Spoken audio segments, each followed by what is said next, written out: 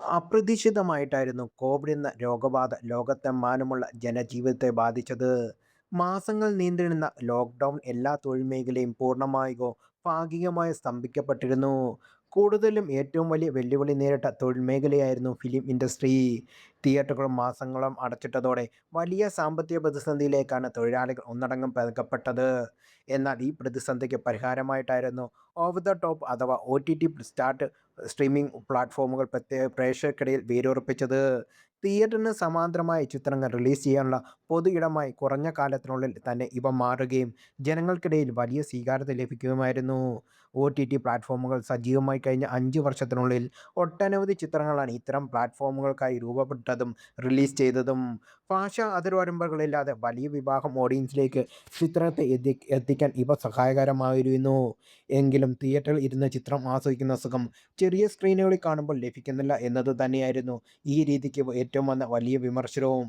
ഇപ്പോഴത്തെ release ചെയ്തുവെങ്കിലും theatre release ചെയ്യേണ്ടിയിരുന്ന അഭിപ്രായമുള്ള ചിത്രങ്ങളെക്കുറിച്ചുള്ള ചർച്ചകളാണ് social മീഡിയയിൽ ശ്രദ്ധപ്പെടുന്നത്. ഈ ലിസ്റ്റിൽ ഏറ്റവും കൂടുതൽ ആളുകൾ പങ്കുവെക്കുന്ന രണ്ട് മലയാള ചിത്രങ്ങളാണ് മോഹൻലാൽ നായകനായ ദൃശ്യം 2ഉം ബേസിൽ ജോസഫ് സംവിധാനം ചെയ്ത മിന്നൽ മുരളിയും.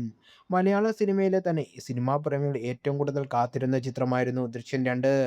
ജോർജ് കുട്ടിയും കുടുംബത്തിനും എന്ത് സംഭവിച്ചു എന്ന് എല്ലാവരും അറിഞ്ഞത് പ്ലാറ്റ്ഫോമായ ആമസോൺ പ്രൈമിലൂടെയായിരുന്നു. ആദ്യ ഭാഗത്തോട് നീതി പുലർത്തുന്ന വിധത്തിലായിരുന്നു രണ്ടാം ഭാഗത്തിലും സംവിധായകൻ ട്വിസ്റ്റ് ഒളിപ്പിച്ചു വെച്ചത്. കോടതി മുറിയിൽ വെച്ച് വരുണിന്റെ അല്ല പറയുന്ന സീൻ തിയേറ്ററിലായിരുന്നതിൽ വൻ എക്സ്പീരിയൻസ് ആയിരുന്നു എന്ന് എല്ലാവരും അഭിപ്രായപ്പെടുന്നു.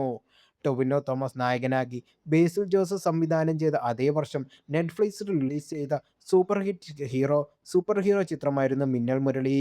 ഒരു മലയാള സിനിമയെന്ന ലോകത്തിനു മുന്നിൽ വിളിച്ചു പറയാൻ സാധിക്കത്തക്ക വിധത്തിൽ മേക്കിംഗ് ആയിരുന്നു മിന്നൽ മുരളിയിലൂടെ പ്രേക്ഷകർ സാക്ഷ്യം വഹിച്ചത്. തിയേറ്റർ റിലീസ് ആയിരുന്നെങ്കിൽ ലോക പോലെ ഉറപ്പായും കോടികൾ നേടേണ്ട ചിത്രമായിരുന്നു ഇതെന്ന് പലരും അഭിപ്രായപ്പെടുന്നു. ഇവർക്കൊപ്പം സൂര്യ നായകനായ തമിഴിൽ പുറത്തിറങ്ങിയ സൂര്യപോട്ടും ജയ് ഭീമും ആര്യയുടെ സർപ്പട്ട പരമ്പരയും ഇത്തരത്തിൽ തിയേറ്ററിൽ റിലീസ് അർഹിച്ച ചിത്രങ്ങളാണെന്ന് പലരും അഭിപ്രായപ്പെടുന്നു.